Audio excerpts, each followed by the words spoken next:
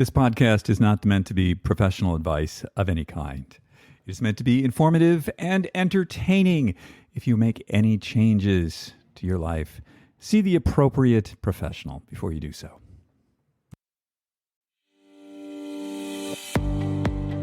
Welcome to SuperAge. My name's David Stewart. I am the founder of Ageist and your host on the SuperAge show. We talk about how to live healthier, how to live longer, and how to be happier. And who doesn't want that? Today's show is brought to you by Inside Tracker, the dashboard to your inner health. Go to insidetracker.com/ageist. Save 20% on all their products. Also brought to you by Element, LMNT. My favorite electrolyte mix. It's what I put in my water in the morning, and it's what I put in my water at the gym. Go to drinkelement.com/ageist and receive a free 8-serving sample pack with any purchase. Today's show is also brought to you by Timeline Nutrition with their breakthrough product, MitoPure, the first clinically tested urolithin A supplement, which is showing tremendous results for mitochondrial health. Go to timelinenutrition.com/ageist, use the code ageist at checkout, and save 10% off your first order of MitoPure. Welcome to episode 136 of the SuperAge podcast. It is great to have you with us. We'll be dropping this on May the 31st, 2023. This week on the show, we have the wonderful Dr. Kien Vuu. And we've had Kien on the show twice before, so this will be his third time here.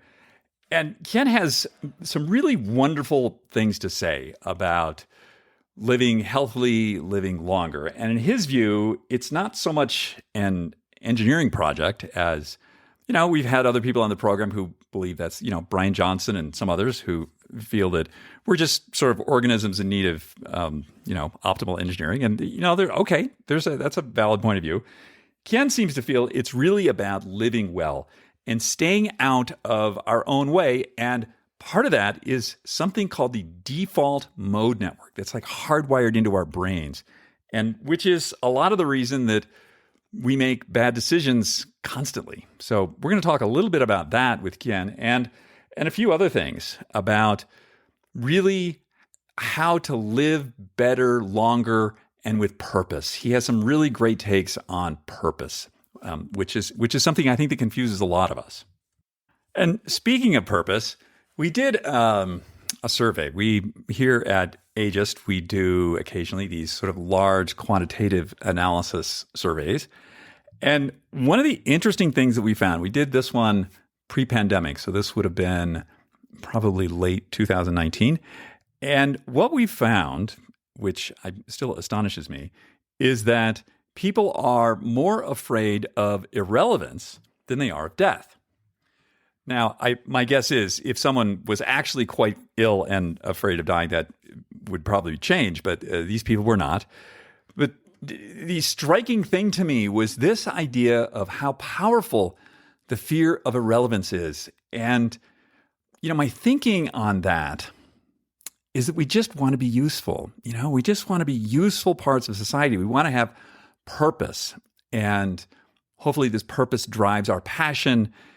And this idea of utility, having people that count on us every day to do something. Maybe it's help them take the garbage out, or maybe it's you want to solve global warming. I don't know. You can scale that any way you want to. But this idea of people like that we matter. And I think that this is just so important as we talk about super aging and we talk about living healthier, living longer, living happier.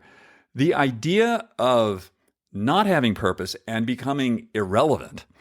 And I think this is probably a bad analogy, but sometimes in these older movies you would see what would be sort of the deaf aunt at the end of the table who has no idea what's going on. And everybody just sort of discounts her. And imagine what that's like for her, to be discounted that way, to have no one pay attention and to feel that you don't matter. To me, really, the solution here is this idea of usefulness and purpose and getting out there and helping people and mattering. And that's some of the stuff that we're going to talk about with Kien today. The first sponsor of today's show is Timeline Nutrition with their breakthrough product, MitoPure. We all know how important mitochondrial energy is, and especially maintaining muscle and strength as we age. Urolithin A, which is found in MitoPure, has been clinically proven to increase muscle strength and endurance with no other changes in lifestyle. Urolithin A is essentially upgrading your body's cellular power grid, giving your body the energy it needs to optimize. I've been using MitoPure for a few months now, and what I can tell you is there is a noticeable change in the way my muscles re-energize after I use them. What that means is, say I'm involved in some intense activity in the gym or maybe some sporting activity. Normally, the next time I did it, I would be, kind of tired. I would be sort of gassed out. That doesn't seem to happen with this. And all I can imagine is because my mitochondrial grid has essentially been upgraded, it's not just my muscles that are getting upgraded, it's all the other cells in my body because they're all powered by mitochondria. Go to timelinenutrition.com/ageist, use the code ageist at checkout, and save 10% off your first order of MitoPure. Today's show is also brought to you by Inside Tracker. Created by the experts from Harvard, Tufts, and MIT, Inside Tracker uses the power of your body's biometric data to reveal to you what you need to live longer, healthier, and happier. I've been using Inside Tracker for a few years now, and it is the dashboard to my inner health. It's a critical part of my health and wellness routine. And since May is Women's Health Month, Inside Tracker is unveiling an upgraded ultimate plan that includes 3 new hormone markers that are critical to measure during a woman's reproductive and menopausal years. For a limited time, our listeners can get up to 20% off Inside Tracker's new ultimate plan, complete with estradiol, progesterone, and TSH. With Inside Tracker, discovering what your body needs is no longer a guessing game. Visit insidetracker.com/ageist, save 20%, and we'll leave that link in the show notes. We're going to get with Dr. Kien Vuu in just a second, but a quick reminder that just after my conversation with Dr. Vuu, we're going to have what we do every week, Just Try This. So stay tuned for that. Just a little quick fortune cookie to make your life a little happier, a little better. Hey, Kien, it's so good to see you again. Fantastic. I am glad that we had a chance to catch up over dinner in Los Angeles the last time you were here. And it's great to be on the podcast again. It's wonderful to have you. And you have so many great, wise things to say. How did you get, you're not that old. How did you get so wise? How did that happen? You took like a wise pill or something? There's certainly life experiences, right? I mean, I think anyone who has gone through probably the history that I've gone through, being a boat refugee, growing up in a culture that didn't, have a lot of me. You wanted to understand the world a little bit more. And certainly being a medical doctor, I was very, very inquisitive into that world. But when medical knowledge failed me, so to speak, I had to seek answers to figure out how to reverse the disease that was within me. And then you just become a constant sponge for information to try to improve your own life and the lives of other people. You're one of my inspirations, and one of my sources of wisdom and knowledge. And I really appreciate having you in my life. You have a new edition of your book, which is great. I love your book, and there's a few things that come up in the book that I found like super fascinating, and maybe let's think about this thing. I'm going to use the term bugbear, which was misinterpreted by a guest recently as something that I enjoy doing. Bugbear in my language means something that is bothersome to me. And so the default mode network, you talk a lot about that in your book. What is this? The default mode network. This is something neuroscientists are beginning to understand a little bit better. And, people in the personal development and personal growth world has always used the phrase old programming or old paradigm, or, we know the movie The Matrix had somewhat alluded to this life that we live and these rules by which we live by and govern by, that sometimes we're not aware of it.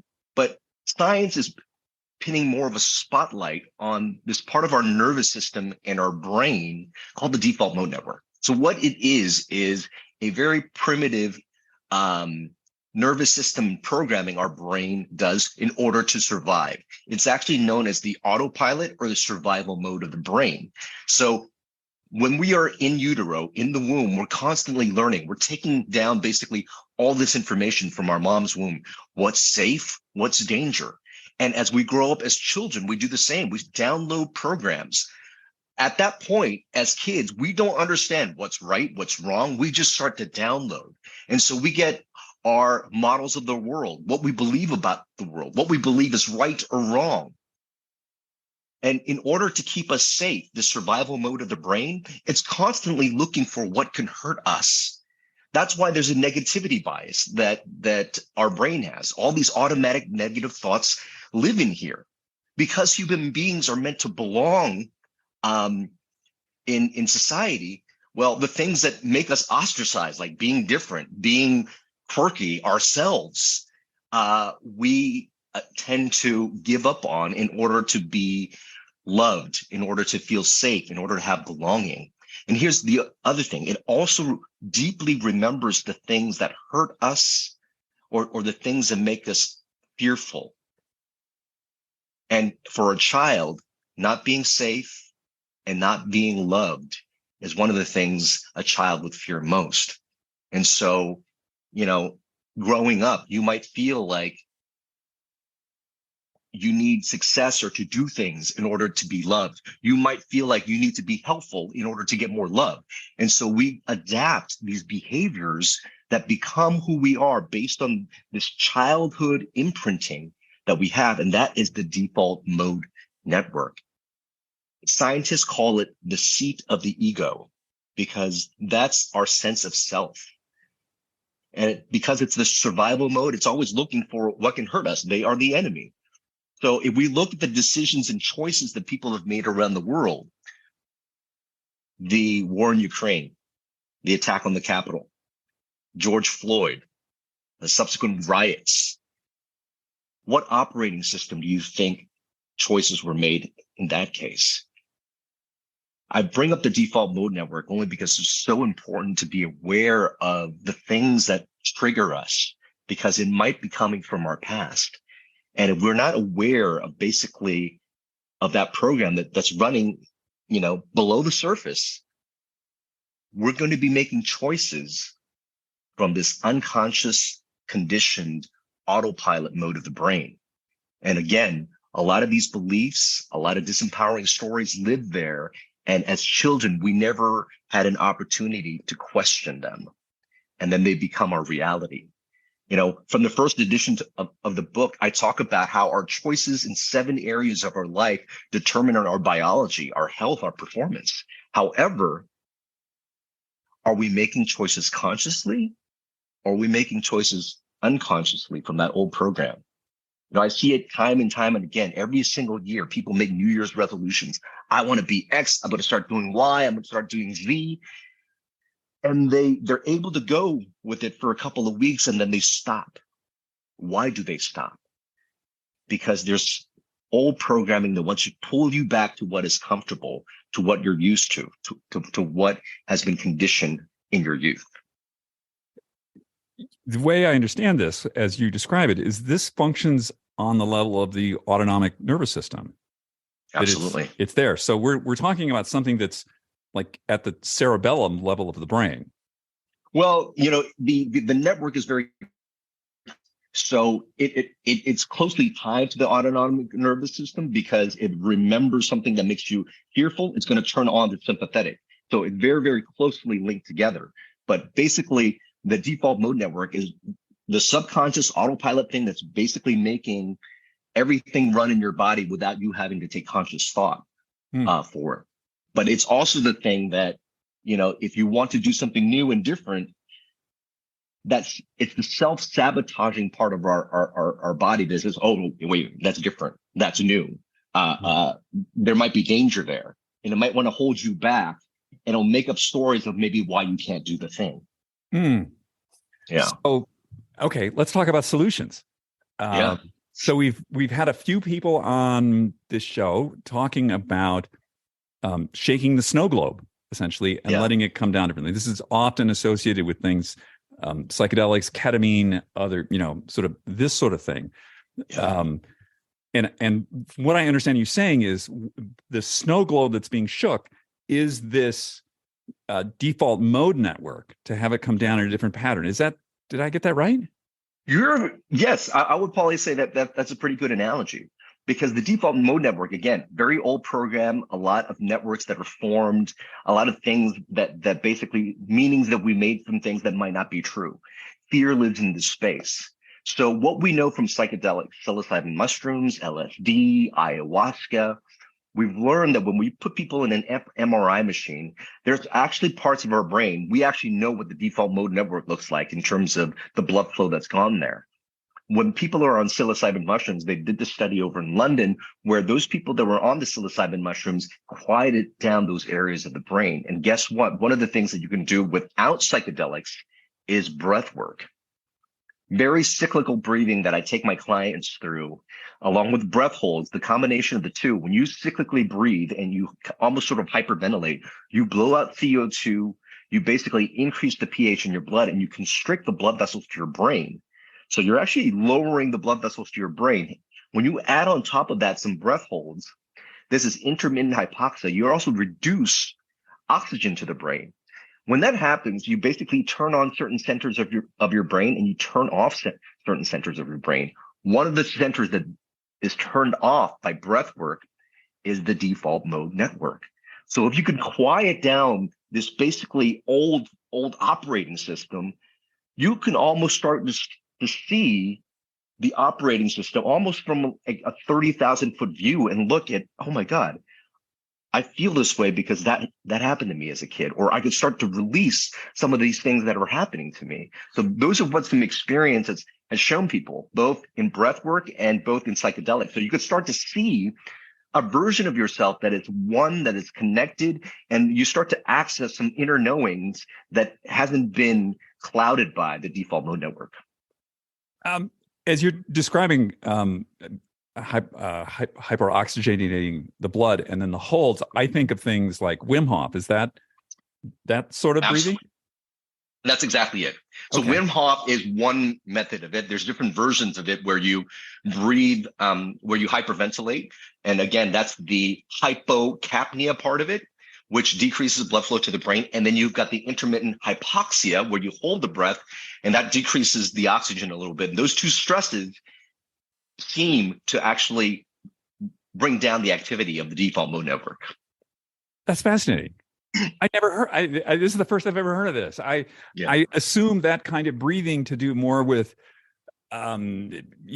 endurance, carbon dioxide tolerance, things like that. I had no idea that it subverts this default mode network. This is amazing. No, it's great for that, because when people do that in the morning, what you're allowing or training your body to do is really access parts of yourself that's just not automatically turned on. If you wake up every morning and you flip your phone and you're automatically stressed out by the same thing, the emails are starting to get to you, you're starting to, jump back into the matrix of your life. Wim Hof and other forms of breathing, which I guide, people through, are meant to disrupt that, is meant to bring you to the true present that's actually here, not the old program that you wake up habitually used to having every single day. Oh, extraordinary. I learned something big today. Thank you. Yeah, you got it. I just never thought of the like emotional health benefits of that kind of breathing. Yeah, wonderful. Absolutely. So here's the thing also, the default mode network, it is my postulation. What we do know is this: the people where the default mode network is very active tends to be in the DSM category of depression, of anxiety, because we know that basically if your body feels like you need to survive, if it's making up all these stories, these negative stories, you're going to start to feel anxious. You're going to start to feel depressed. Yeah. And we're noticing. And that's why we feel that psychedelics and things like ketamine are useful for actually treating anxiety and depression that are refractory to SSRIs that don't work very well anyway. Amazing. All right. So something else that I read about in your book, which I love, is this idea of mirror neurons, Mm, that we mirror things. yeah. Tell us a little bit about that. Well, we as human beings, I this is really, really fascinating stuff because it just tells you the collective consciousness that we as human beings have. Every single cell in our body actually communicates with each other through highways of nerves, of hormones, and things like that. They all communicate. And then we are the result. Our bodies and how we feel are basically the result of these connections. But it turns out that human beings are like cells in this entire colossal human organism, human collective organism. And we're all always speaking to each other. And it makes sense because this way we can allow information to travel very quickly. So this allows us to be able to say, hey, there's a fire way down there. How do we get that information across? One of the things that neuroscientists deeply understand is these things called motoneurons, which they first discovered in macaque monkeys.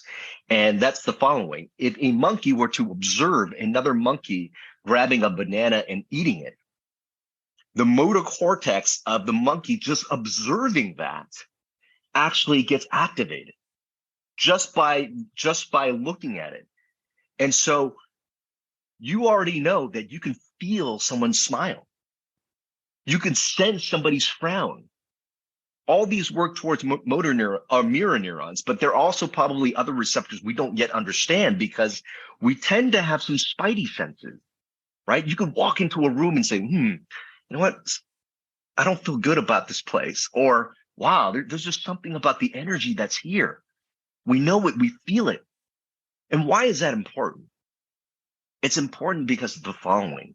It's important because in the first edition of my book, I talk about the thrive state, this energetic state that we can be in, this state of being that we are in that actually speaks to every single cell in our body, giving us the instructions to either thrive and to have optimal health, longevity, and peak performance, or enter a stress state where inflammation goes up, our immune system goes down, and that leads to chronic disease. Well, get this, in that state, not only is every single cell listening, but the people around you feel it as well.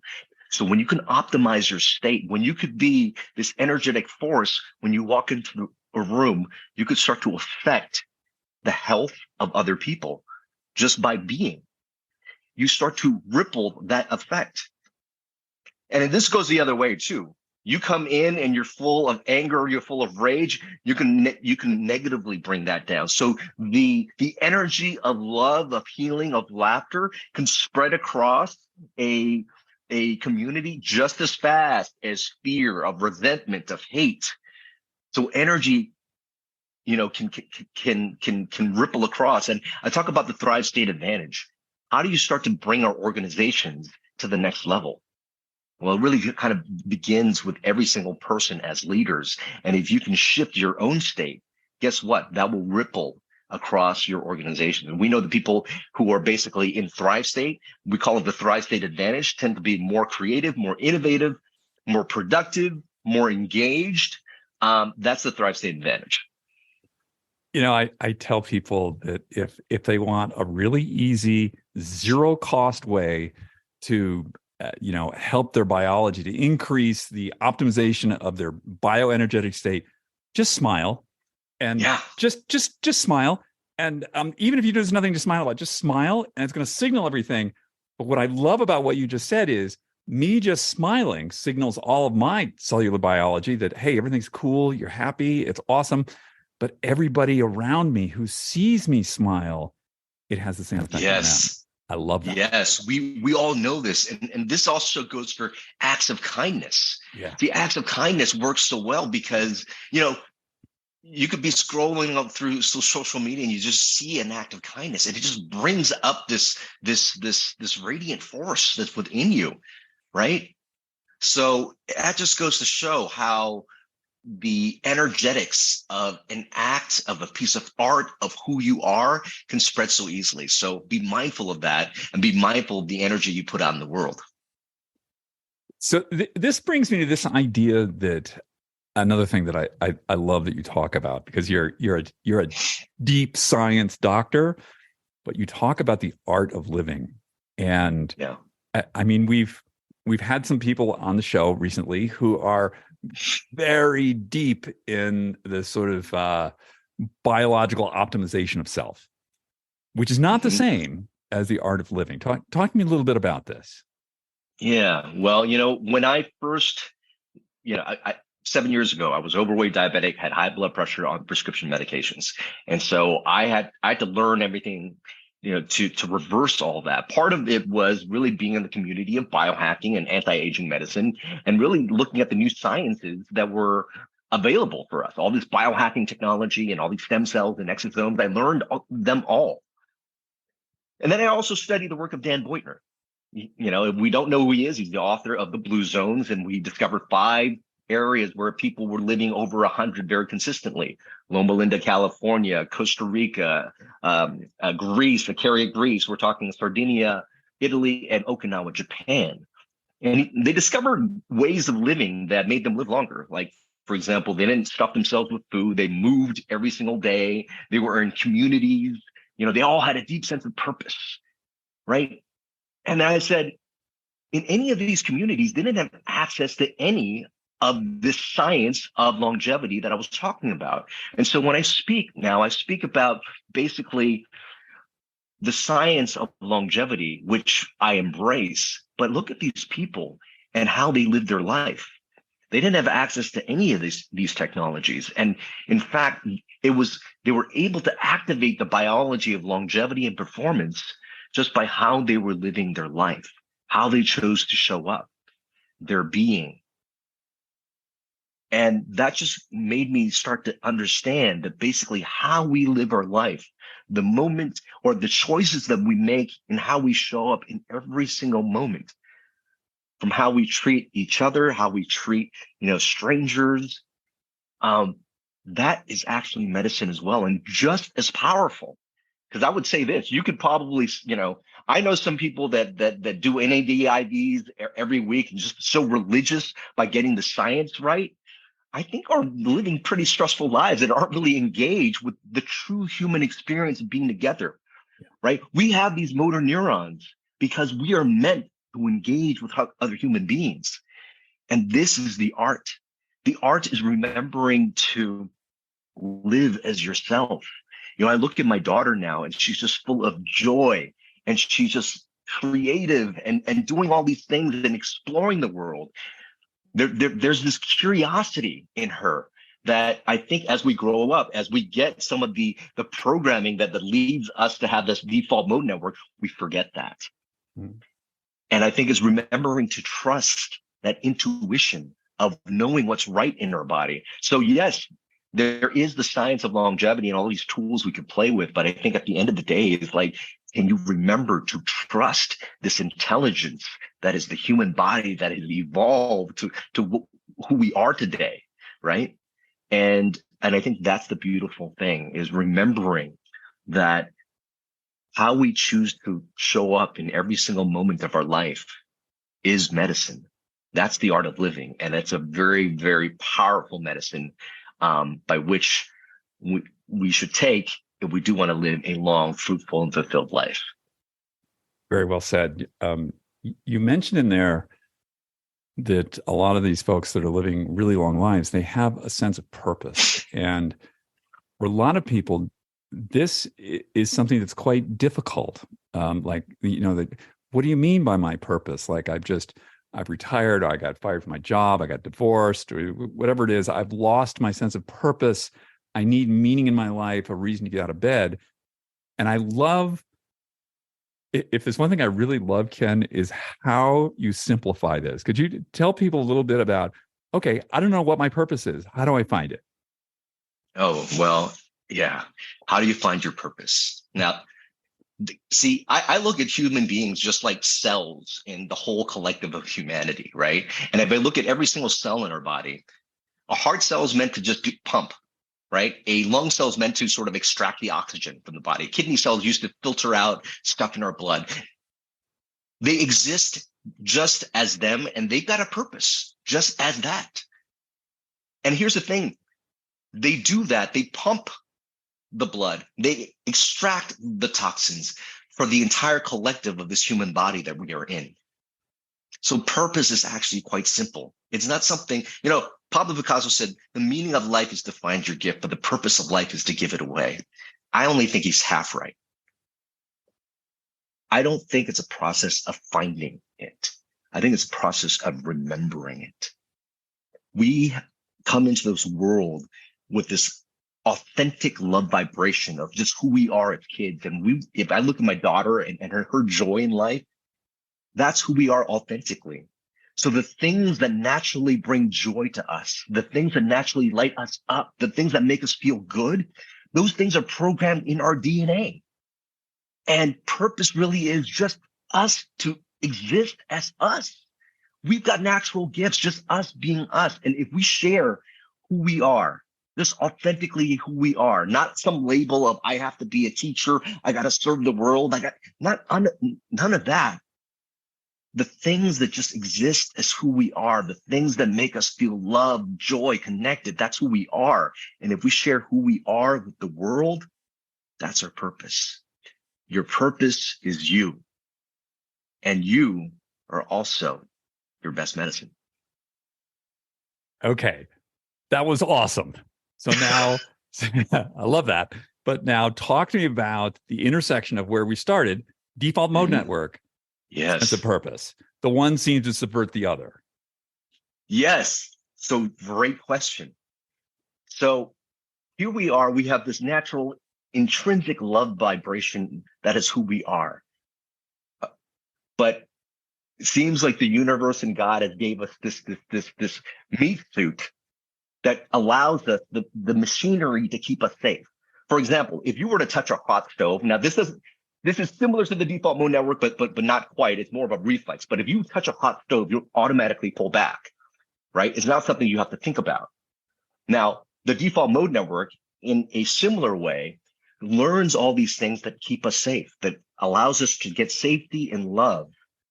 And to get safety and love means we basically adopt the rules that are around us at that time. So we start to learn these things. Now, we might be this authentic vibration of who we are, but the world is trying to say, oh, no, you want to belong. So let's not be too much of this. Oh, and be more of that. And oh, no, that career won't make money. You got to do this. And in order to get love or belong, we start to hide maybe some of our authentic self. We start to cover up this authentic vibration of who we are.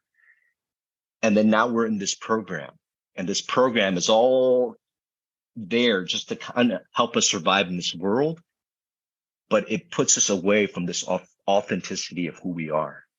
So this is the beautiful journey of life, my friend, is this journey of remembering who that is and being able to see the programming that's in our life. What I've been able to see is the people where the default mode network is highly active. Again, I tell you, are in states of depression and anxiety. People who are starting to work on themselves with breath work and things like that, they could start to quiet this part now, and they can start to listen and remember the essence of who they are. So you are completely right. The default mode network is this ego part that wants to survive, that thinks it's not safe. The knowing part, our soul part, our authentic part is already loved, is already safe, and already has access to all of that. So we talk about choices, right? Because our choices determine our results, our reality, our biology, our performance. How do we make choices? Are we making choices from this default mode network, or are we making choices from this authentic version of who we are? I've got a hack for your audience. How do you determine what voice is speaking? Your ego voice, your default mode network, is always trying to seek safety and seek love. So if you're stressed out about not making, your promotion or whatever, you have tied love to success to this promotion or money thing, and you start to stress out. So Your ego, your default mode voice, does not know that it's safe. It does not know that it's love. The voice that is coming from your heart, from your soul, already knows that it is safe and that it is love. That's how you could tell the difference between the two. Okay. That's hard. Because so I've got this default mode network, which is showing me a world that's not real, right? Yeah. It's showing me a world that that I need to be very careful of. And there's certain things I need to avoid. I can't go there. Yeah. You're not enough. There's like a whole range of things there. Yes. That, something like you brought up the Matrix. So that's what I'm seeing. So to bring that pause to, and I think that's sort of the difference between stimulus and action. So there's like a little pause there to then say, well, is this my, default mode network trying to like the same programming over and over? And that's going to be really hard because this is now, I'm 64. This has been programmed into me, hardwired into my brain for 64 years.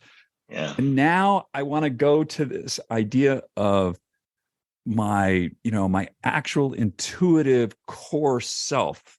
Yeah. And so it seems like it's hard. That's hard. It's hard, but you can't unsee it now. Because now if you start to stress out for 5 hours over the same thing, you're going to be like, you know what? I had a conversation with Kien. This is the same thought. I'm stressing out about the same thing. Is it possible that I'm in a program? I'm the same way. You know what? I've been with my partner for almost 4 years now. And very early in the relationship, I noticed the same thing. Like something would be off and I would start to think about leaving the relationship, which is something that I've always done before in the past. It's a pattern, and after a while you start to see the pattern and it gets easier over time. And yes, you have to do some work. And yes, it's hard, but I have an easy framework, which they get in the second edition of my book, which takes into the pause. And I want you to remember the word impact. IMPACT. Remember your I am. Your I am is the natural who you are or who you decide to be. And I recommend you put down some core values when you are grounded, when you're in nature, after some breath work. Don't design who you are from a place of stress. So don't define your I am in your default mode network. So know your I am, write those things down, know those things. I recommend maybe 3 core values to define who you are. Then PACT, which means pause or create space. A is to have awareness. C is to choose. Because when you create a little bit of space, you have to choose. You choose from your I am, who you decided to be, and then finally you take action. That's the word impact. So every time you get triggered, by somebody cutting you off, your spouse hurting you, whatever, you could pause. You can take 10 deep breaths into your nose, out through your mouth. You could do some 4-7-8 breathing, which is what I teach people. And then in that space, you quiet down whatever that trigger was. And then you have awareness. Oh man, is it that program? Did she trigger something that made me feel like I wasn't enough? Oh yeah. Yeah, she did. Choose. I choose to be loved. I choose to be connected. What's the action then? Man, I do want to yell at her, but no, the action is, babe, I got triggered. That was that part of me that just felt like I wasn't enough again. And I do want to be connected with you. Can we just take 5 minutes, cool off and then start over? That's one potential different outcome that could happen. And we train our bodies to do this.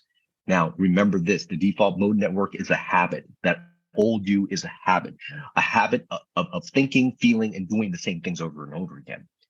And if you know this about habits, it'll help you with the impact model. One, the beginning is going to be hard because the energetics of that default mode network is going to want to pull you back down there. But what you have to do is just know that it's hard. Okay, so I'm fighting up against something that's tough. It's going to be messy in the middle, meaning you're going to go through it and you're going to F up again. It's going to come up and it's going to, and you're going to react. And here's the thing, if you don't focus on the 7 things I talk about in my book, sleep, nutrition, movement, social, your mindset, emotions, and having that sense of purpose, it's going to be harder. to, it's going to be hard to make that choice. So focus on those things. And it's going to be messy in the middle, but in the end, it's just going to be beautiful. And here's the beautiful part of it is if you know it's messy in the middle, you're not going to beat yourself up or quit when you're trying to become the next level of yourself. It's part of the process. And you can know and understand that.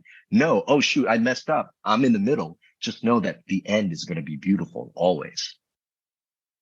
I so agree with what you said about once you see it, you can't unsee it. Yeah. And when I read your book, it like something like changed. It was like, oh, it's that. Okay. Yeah. Now, that thing is out there. Now I've seen it. Now I'm aware of it. And it's still, like I said, I got decades of like living in this. So it's a little hard, but I do now. It's different now. Like now it's like, I do, it's like I'll do something or I want to do something and I can sense it's like, oh, it's that again. Yes. Okay. We'll just let that go. Okay. Yeah. We can choose a different action, and I do like, 90% of the time I don't get it right, but 10% of the time I do. and that's just going to get better and better over time. And here's the beautiful part of it is there'll be times where I'm in it and I know it. I'm just like, you know what? I'm just going to indulge in being in here for another 4 hours. That's fine. But then you also realize is you've got that awareness. You're like, you know what? It's really time to stop. What am I going to do now? What tools do I have? I got breath work. I've got some meditation. I can go for a run. I can do nature. I've got these additional tools where when I know I'm in it, I can like do something about it. Jumping in the cold water is great for that too. Yeah, I love the cold. Yeah. The cold's like a huge. We talk about this here sometimes, and there's something about the cold that is this reset. It's just like, new reality. Anyway, big fans of that. So what I always love these conversations, Ken, because what your training is, you're interventional radiologist. Yeah, I'm an interventional, very science-based, very technology-based, minimally invasive surgery. But that training did not keep me from disease. The program that I was in, the default mode network, actually gave me disease. The consciousness that you were in either puts you in the thrive state or the stress state. And if you're living in the default mode network, that is basically ego consciousness, survival consciousness, and stress consciousness. So, for anyone who is in that space for a while, I think you'll be hit over the head, which, my friend Peter Crone uses the phrase by a cosmic 2x4. And that cosmic 2x4 might be disease. It might be a relationship that's failed. It might be your business, going down. Something is going to happen, and just, oh my God, living this way does not work anymore. And I think that I really wish there were more physicians that spoke in this way, because some people we work with sometimes like large healthcare insurance organizations, and how do you change people's behavior? So, someone you can tell a diabetic, like, that Mountain Dew stuff, don't do that. Yeah. But that's not going to do, like, so why are they still doing that? Why, like, they're going to lose a foot, they lose a leg. What's going on here? They have all this knowledge that knowledge does not do the thing. Right. And I think that that's what's really important to understand here. That's why I wanted to write the second edition of my book. I'm like, I gave everybody the keys to the kingdom. Why would people choose otherwise? Right. And there's just this default mode network that people don't understand. And for a lot of people who do want to lose weight, like you said, the diabetic that just keeps going back to the Mountain Dew, you have to uncover the behaviors way back down here. Did that sense of food make them feel safe at some point? Did that sense of food give them that sense of comfort? Because if it tied it down to that, anytime this person doesn't feel good or safe or whatever it is, that is going to be the action that they took in order to feel that thing. So it's an emotional thing, and that's why the biggest empathy for, other type of addictions as well. Porn addiction, alcoholism, drug addiction. It's all that because we developed these things. There was a pain in our life where we had chosen basically some detrimental action to ease that pain. And it's not a person's fault for not wanting to do something. It's underneath. And you're right. I do believe that people in the medical field should understand trauma, understand the default mode network a little bit better. So what I've seen is that self-injury causes validation at some level, which I think it's more than just like stimulus response. It's that, like, I know whatever this thing is bad for me and I'm going to hurt myself, but somehow that validates. Is that validating my default mode network in some way? Well, I'm not a trauma expert, but what I could say is the following, that the uncomfortability of maybe the feeling of boredom, uncertainty, fear, whatever it is, you could still get some certainty of what you can get from whatever that thing is. Right. I could feel in control. I could cut myself and feel this pain and know how much it's going to feel, right? And that's going to still feel better than what's going on inside my head, maybe, right? It's getting that sense of certainty.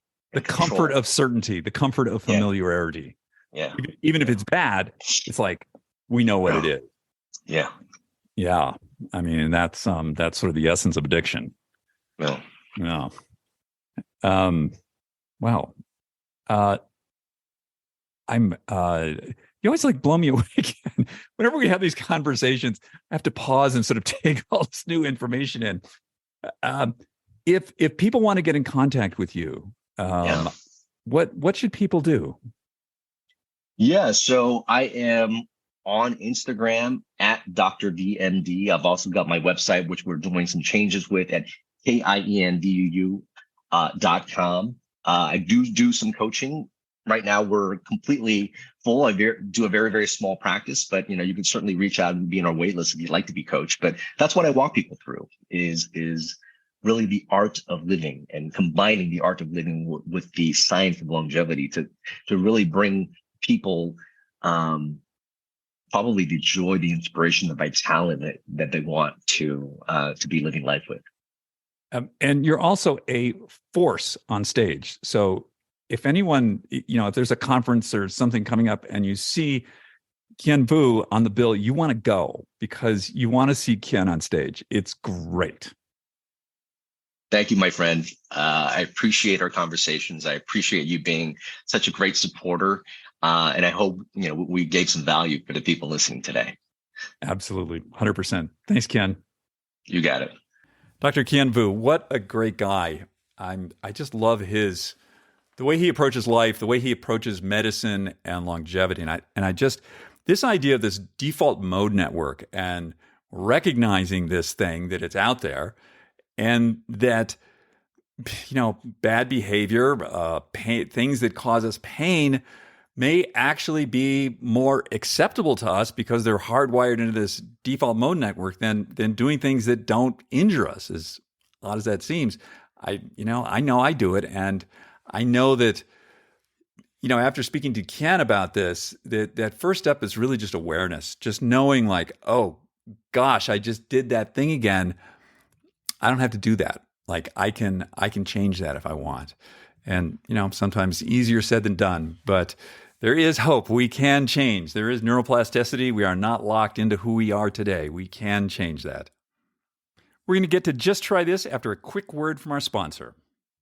Element is an electrolyte drink that contains the exact ratios of the electrolytes sodium, magnesium, and potassium to optimize our cellular functioning for mental and physical performance. Most of us understand that, we need to stay hydrated. But what a lot of people don't realize is just pounding water isn't going to cut it. In order for our cells to function properly, they need sodium, potassium, and magnesium in the right doses. Element has perfected the balance. Now, of course, people with prehypertension or hypertension need to be careful about their sodium intake. But for most of us who are mindful about eating clean, unprocessed food most of the time, we may not be getting enough sodium, potassium, or magnesium. That's why I drink a packet of Element each day. If you'd like to try Element, go to drinkelement.com/Aegis, that's DRINKLMNT.com/Aegis, and receive a free 8-serving sample pack with any purchase. Let me know what your favorite flavor is. I'm into citrus salt. What's yours? This week on Just Try This, my thought is we all do things that maybe we don't think we did that well. And one of the things that brings to mind for me is that we are not our thinking, we're not our feeling, and we're certainly not our doing. We're something else because we're able to observe these things from, from a different vantage point. We can watch our thinking, we can observe our thinking, therefore we're sort of something other than that.